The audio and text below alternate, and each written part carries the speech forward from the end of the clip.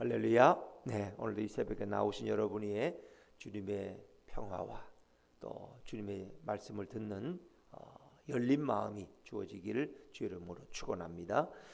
자, 역대하 10장은 이제 솔로몬이 죽고 난 이후에 이스라엘이 남북으로 갈라지는 그런 가장 중요한 얘기를 우리에게 소개해 주고 있습니다. 그러나 이 본문은 단지 한 나라가 통일 이스라엘이 남왕국 유다와 북이스라엘로 갈라지는 그런 의미만이 아니라 우리가 어떻게 매일매일 하나님의 음성에 귀를 기울여야 되느냐, 왜 우리가 매일 깨어 있어야 되느냐, 왜 우리가 매일 하나님 앞에 기도하고 주님의 뜻을 물어야 되느냐를 우리에게 설명해 주는 거예요.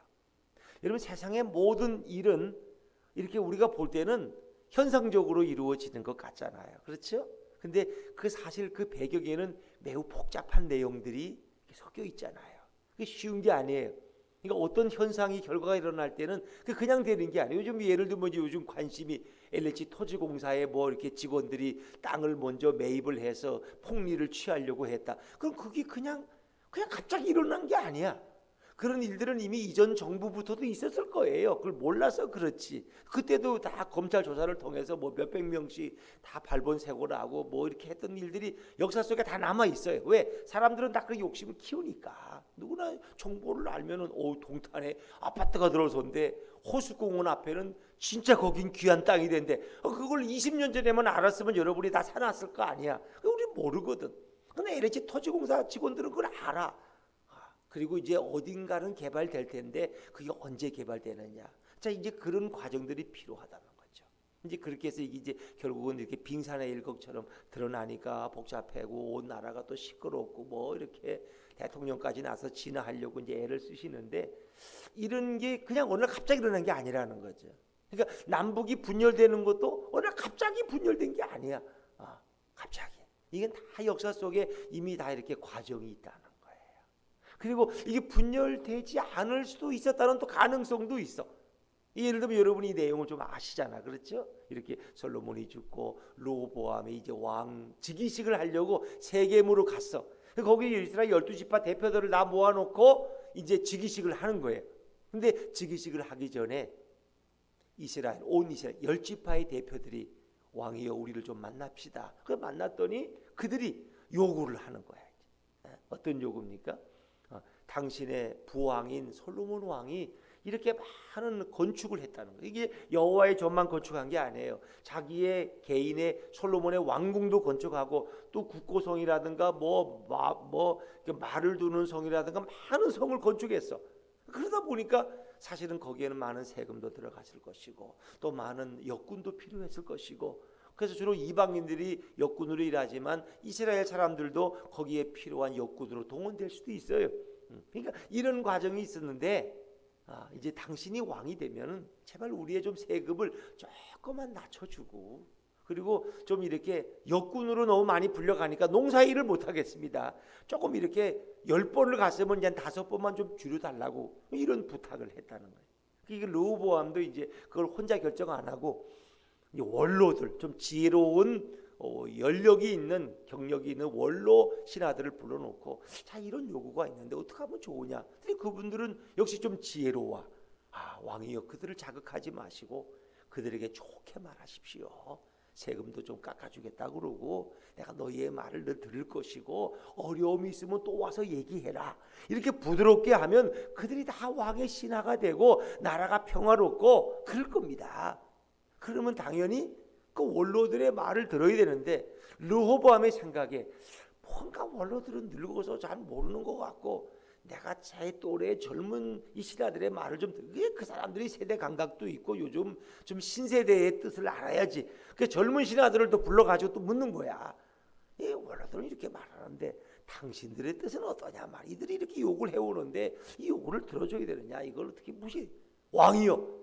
처음부터 기가 죽으면 안 됩니다. 저들이 10지파가 원래가 저놈들이 다 사울 쪽에 섰던 놈들이고 반란을 일으켰던 놈들입니다.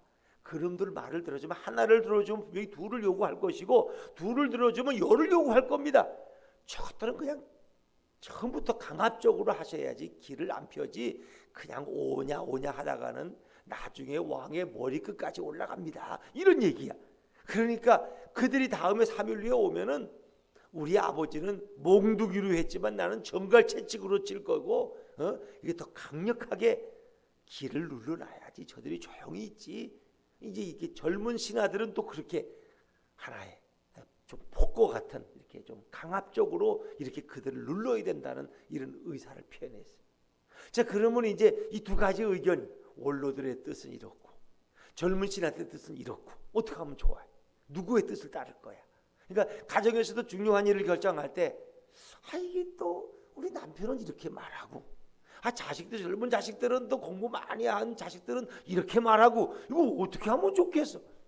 그래서 남편의 말을 들을까, 아내의 말을 들을까, 자녀들의 말을 들을까 고민될 때도 있을 거예요. 그게 왜 뜻이 다르니까 어떻게 해야 돼? 우리는 누구한테 먼저 물어봐야 돼요? 하나님께 물어봐야 돼. 그러니까 오늘 설교는 여기서 끝내겠습니다. 이제 왜? 여러분이 결론을 다 아니까. 그 르호보암이 누구의 뜻을 물어야 돼요? 하나님의 뜻을. 다윗의 우리 할아버지 다윗의 하나님 여호와이신 하나님이요. 우리 아버지 솔로몬의 또 주가 되신 여호와예요. 제가 이렇게 미천하고 부족한데 이제 왕의 즉위를 해야 되는데 이들이 이렇게 12지파 가운데 10지파가 이런 욕을 해오는데 어떻게 하면 좋습니까? 원로들의 뜻을 따릅니까? 젊은 신하들, 유능한 신하들의 뜻을 따릅니까? 그럼 하나님의 뜻을 물어야 돼. 하나님이 말씀하셨겠죠.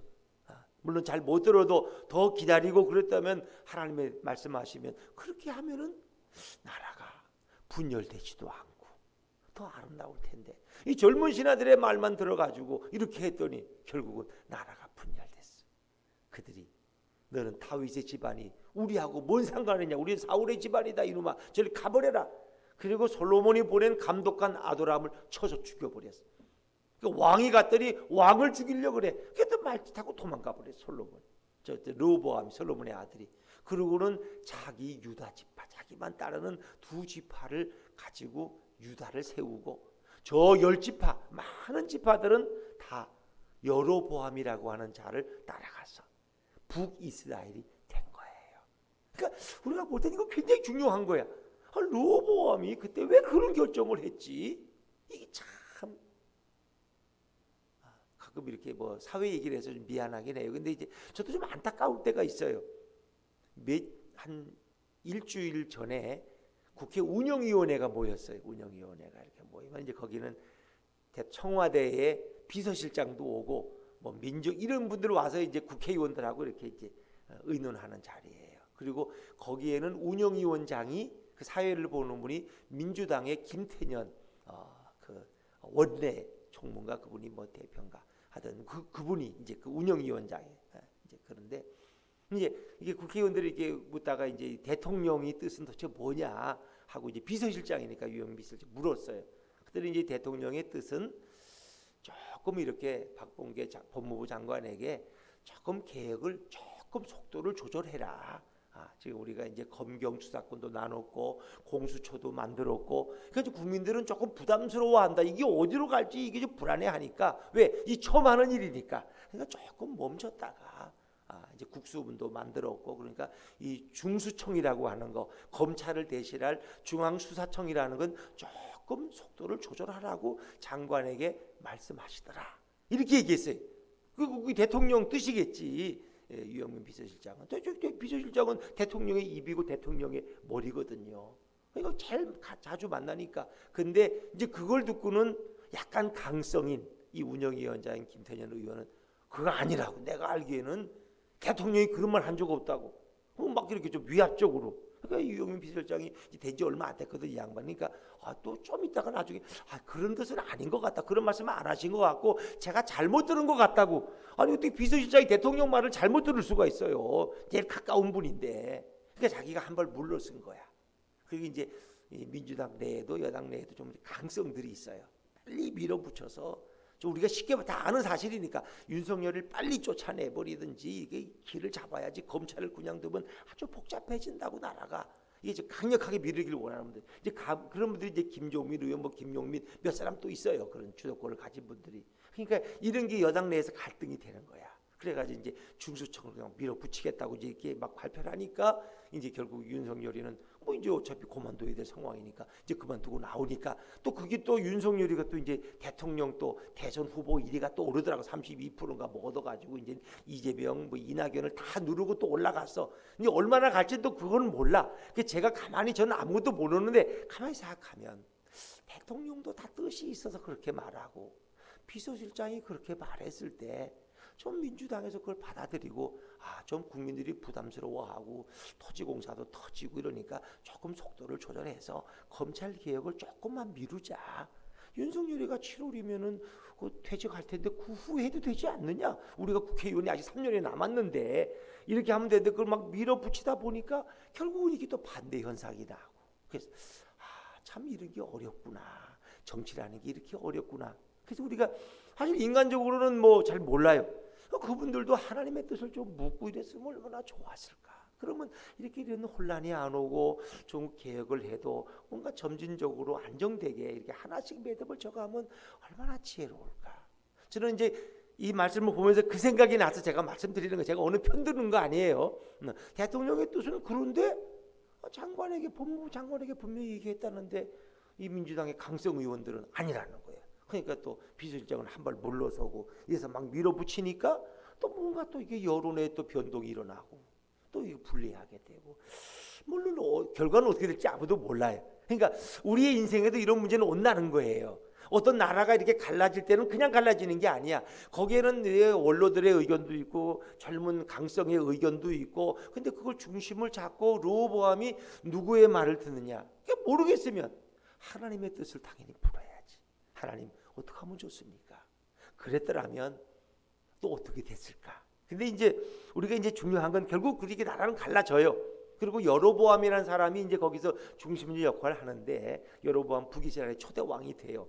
그는 사실은 솔로몬의 신하였어요. 그런데 솔로몬이 그를 죽이려 하니까 그는 애굽으로 도망가 있었어요. 피실에. 왜? 자기가 위험하니까. 그 왜 그러냐? 아이야라는 선지자가 예언을 했어. 여로보암을 붙들고 하나님이 내게 너에게 말씀하시라 그랬다. 그러면서 자기 옷을 벗어가지고 그 옷을 12조각으로 찢은 거야. 그리고 너가 이제 갈라지는 나라의 왕이 될 거다. 그러니까 이건 굉장한 비밀이에요. 지금 솔로몬이 왕인데 여로보암이 왕이 될 거래. 갈라질 나라에. 그러니까 이건 아주 1급 비밀이야. 근데 그 소문이 솔로몬의 귀에 들어갔어. 그래서 솔로몬이 저놈이 왕이 된대. 죽여버려야지. 그랬더니 도망가 버렸어. 애굽으로 도망가서 이제 숨어 있다가 나중에 솔로몬이 죽고 돌아온 거야. 여로보암이 이제 북이스라엘 쪽에서는 중심적인 역할을 해요. 이제 그런 과정. 그러나 그 앞에 또 하나 과정이 있어. 열왕기상 11장을 여러분이 이제 좀 읽어보시면 솔로몬이 이제 후대의 솔로몬은 범죄한다 그랬잖아요. 근데 이 역대하에는 그런 게 안 나와. 그래서 열왕기상 11장을 보면은 솔로몬이 범죄를 많이 했어. 나중에 나이 들어가지고 노망이 났지. 그래서 부인이 몇 명이냐? 1000명이야. 정실 부인이 700명, 첩이 300명이야. 참 부인 얼굴 한번 보려면 1년도 넘게 걸렸을 것 같아. 이제 그러니까 이 부인들이 이방 여인들이니까 자기들이 가져온 우상을 가지고 들어와서 왕에게 요구를 하는 거야. 그러니까 그걸 다 허락을 했어. 예루살렘 여호와의 성전에서 무슨 뭐 암몬시도 섬기고 바알도 섬기고 별짓을 다 해. 그러니까 하나님이 진노하신 거야. 그래가지고 꿈에 솔로몬에게 2번이나 나타나셨어. 솔로몬아, 너 이러면 안 된다. 빨리 우상을 버려라. 2번이나 말씀한 솔로몬이 돌이키질 않았어. 그러니까 하나님이 진노하신 거야. 그리고 솔로몬에게 말씀하시는 거야. 내가 너를 징계하겠다. 그러나 너의 아버지 다윗과의 약속이 있기 때문에 내가 너의 세대에는 나라를 나누지 않겠다. 그러니까 너의 아들 대에는 나라가 나눠질 것이다. 그 아들이 누구? 솔로몬의 아들 르호보암이야. 그 너의 아들 대 나라. 하나님이 예언하신 거야. 그리고 그것을 이루기 위해서 북이스라엘의 첫 번째 왕이 될 여로보암이라는 청년을 불러서 아이야 선지자로 하여금 그 예언을 하게 한 거야. 그러니까 하나님이 어떤 일을 할 때는 그냥 갑자기 하는 일이 아니야. 자다가 정신이 들어 아니야. 다 그게 배경이 있는 거야. 그러면 이게 하나님이 예언했고 아이야가 이제 여로보암에까지 말하고 여로보암은 도망갔고 살려고 그리고 다시 돌아왔어. 그러면 이제 여로보암과 이스라엘 10지파의 대표들이 와서 르호보암 왕에게 요구를 해. 당신이 왕이 되면 이렇게 해주십시오. 그때 르호보암은 이런 결정을 할 수도 있고 저런 결정을 할 수도 있어요. 그래서 성경이 오늘 말하기를 이 르호보암이 잘못된 판단을 했다. 또 한 가지 의도는 여로보암이 이스라엘을 배반하면 안 된다. 배반하면 안 된다. 여로보암이 혹 그런 예언을 들었더라도 그가 애굽에서 돌아오면 안 되고 나라를 나누는데 앞장서서는 안 된다. 이 여로보암도 잘못이다. 이제 두 가지 관점으로 보는 거예요. 두 가지 관점으로. 저는 이제 이 성경을 보면서 자, 이렇게 하나님이 진노하셨고 예언했고 아이야가 예언했지만 만약에 르호보암이 정말 하나님의 사람이었다면, 하나님의 뜻을 물었더라면, 그리고 원로들의 뜻을 따랐더라면 하나님이 그래도 이 진노를 진행하셨을까? 아니면 남북이 갈라지지 않고 그대로 보존하셨을까? 이제 이런 제 이제 결론은 그런 거예요. 그러니까 이런 돌이킬 수 있는 기회가 있는데 여로보암이 돌아오지만 않았어도 또 르호보암이 지혜롭게 백성들의 말을 잘 수용하고 그들의 말을 품었더라면, 따뜻하게 대했더라면, 포악한 말로 하지 않고, 그러면 하나님이 어떻게 하셨을까? 어떤 결정을 하셨을까? 저는 이제 그 말씀을 드리고 싶은 거예요. 자, 우리 아까 읽었지만 한 번만 좀 더 읽을게요. 자, 14절 15절 말씀, 14절 15절 다시 한번 읽어볼게요. 14절 15절입니다. 시작. 젊은 신하들의 가르침을 따라 그들에게 말하여 이르되 내 아버지는 너희의 멍에를 무겁게 하였으나 나는 더 무겁게 할지라. 내 아버지는 나는 정갈 채찍으로 치리라 하니라. 왕이 이같이 백성의 말을 듣지 아니하였으니 이 일은 하나님께로 말미암아 난 것이라. 여호와께서 전에 실로 사람 아이야로 하여금 느밧의 아들 여로보암에게 이르신 말씀을 응하게 하심이더라. 이 일은 누구로부터 온 거예요? 하나님으로부터 왔다는 거예요. 실로 사람 아이야를 통해 이미 하나님이 예언하게 하셨다는 거예요. 여로보암에게 하셨고 그것이 이루어진다는 거예요. 그러니까 르호보암과 여로보암이 중심이야.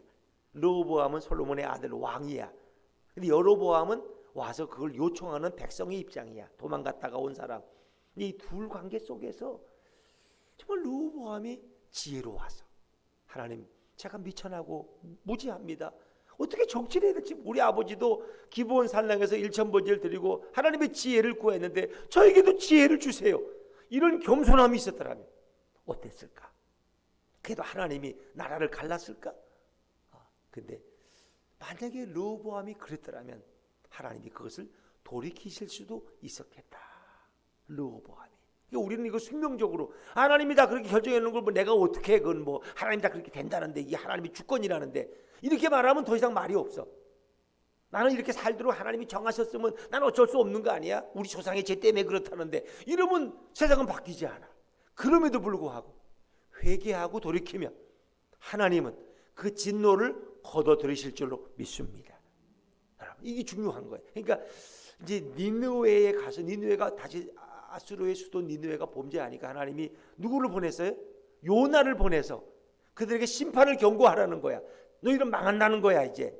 그러니까 요나는 가기 싫어. 저놈들 망해야 되는데 요나는 가서 결국 순종해서 도망가다 잡혀가지고 니느웨 가서 용서를, 징계를 선포했더니 그들이 어떻게 해요? 마음을 열고 어린아이 같이 다 어린아이처럼 돼서 다 베옷을 입고 회개하고 금식을 했어. 그러니까 하나님이 돌이켜서 안 돌이켜서? 돌이켰어요. 니느웨를 돌이켜서 그러니까 살려주셨어요.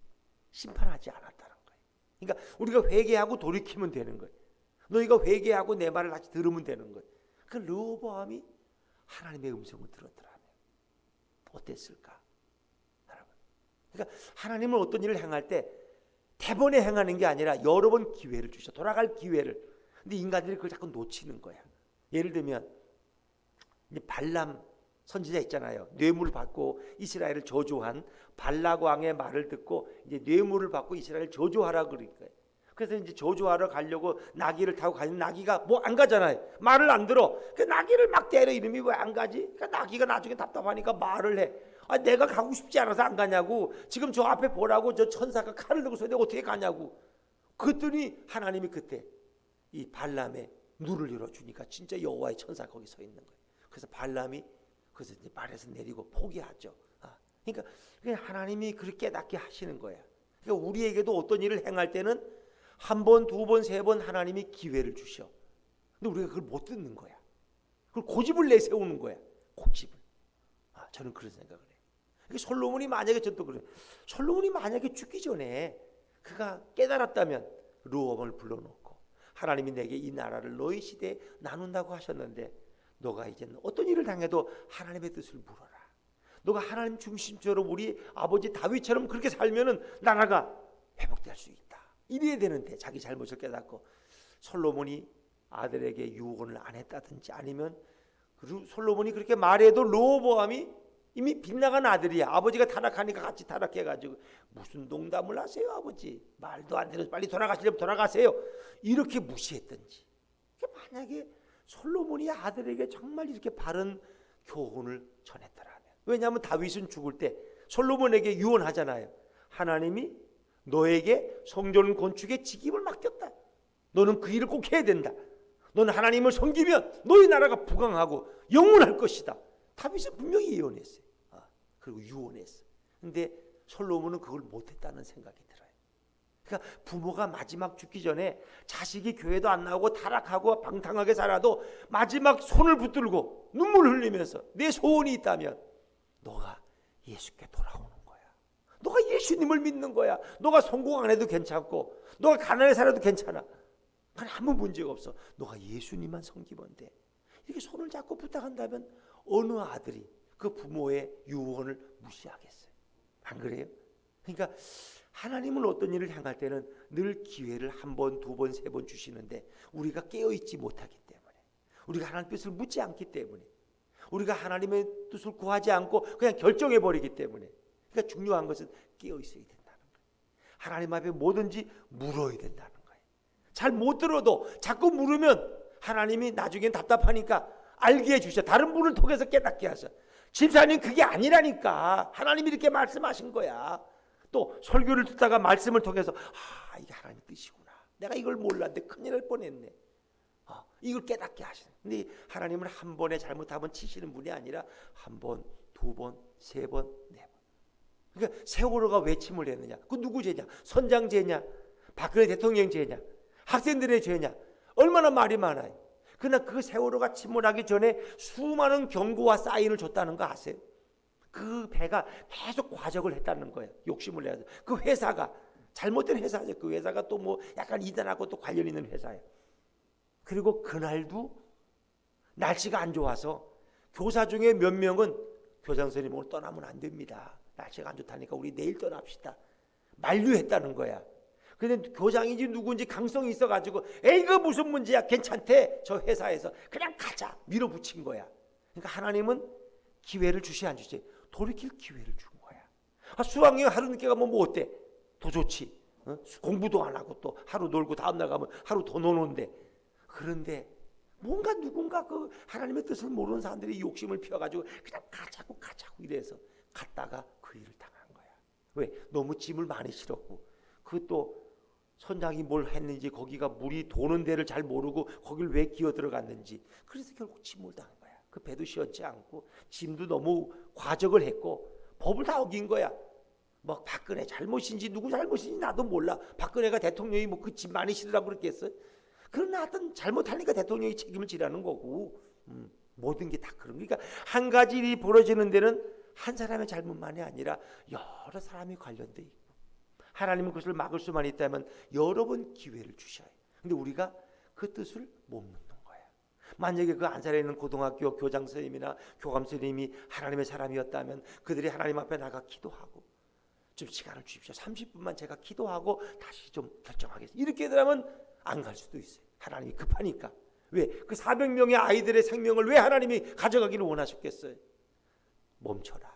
날씨가 안 좋다. 위험하다. 기상이 안 좋다. 분명히 왜 기상대가 그렇게 예보하고 있었거든. 근데 이분들은 그 말을 안 들은 거예요. 그러니까 어떤 일이 잘못될 때는 한 가지가 잘못된 게 아니라 여러 가지가 복합적이고 누군가 한 사람 하나님의 사람이 있어서 하나님의 음성을 들을 수 있다면 그 재앙을 멈출 수가 있다는 거예요.